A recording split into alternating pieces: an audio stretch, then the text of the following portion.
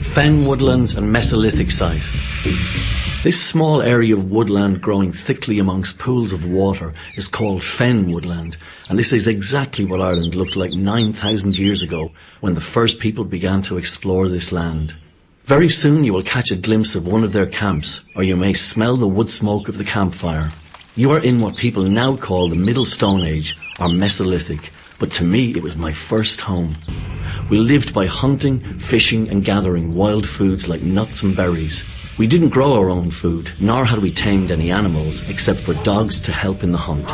Our huts there were built just above a river, and we built them strongly of small saplings stuck into the ground and arched over like a giant basket turned upside down.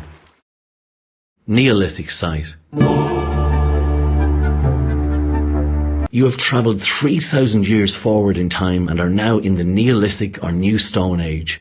It may not look much, but the people living in this house were engineers, architects, astronomers, priests, sculptors, and, first and foremost, farmers. The big difference between these people and all others before them was that they could control their food supply.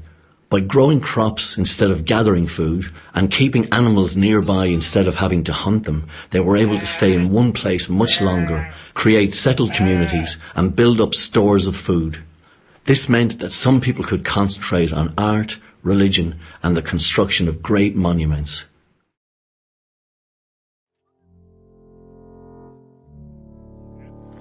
So, here we are at the Pullet Feed demonstration in the Heritage Park, Wexford. The hot stones have been on the fire now for several hours. They've been heating up here gradually. We have tied up the meat in the straw, placed in the pit, allowing it to cook. Back to the fire, every so often put in some more stone as I'm doing now. That boils our water, which in turn will cook the meat. It's an ancient way of boiling meat. Dates from the Bronze Age period, from about 4,000 years ago up to 1,000 years ago.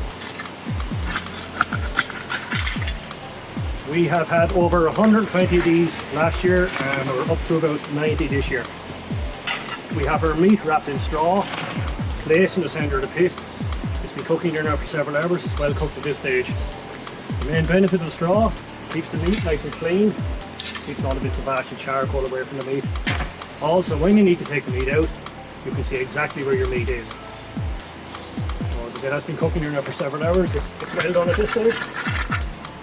Add in some more stone to keep the temperature up.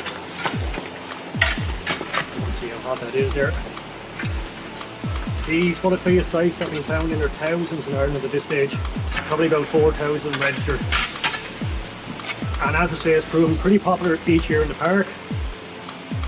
Over 120 last year. Just get the last of the stone here. Throw that in. Now our meat is ready to come out, so I will take the meat out.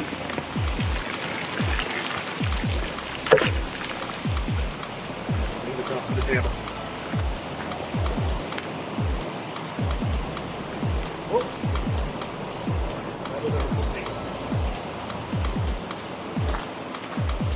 That's basically how the Pullet Feed works. Quite a lot of effort to cook a piece of meat. It wouldn't have been a daily way of cooking meat. Maybe two or three times a year. Probably a ceremonial event or occasion. Days like the longest day of the year, shortest day of the year, would have been celebrated by going to all this effort to cook your meat. And that's how the whole process works. Monastic site. A terrace separates the sacred zone upon which the church and its graves are situated from the secular area where the monks lived and worked. I remember the high cross in the centre of it all, painted brightly in different colours.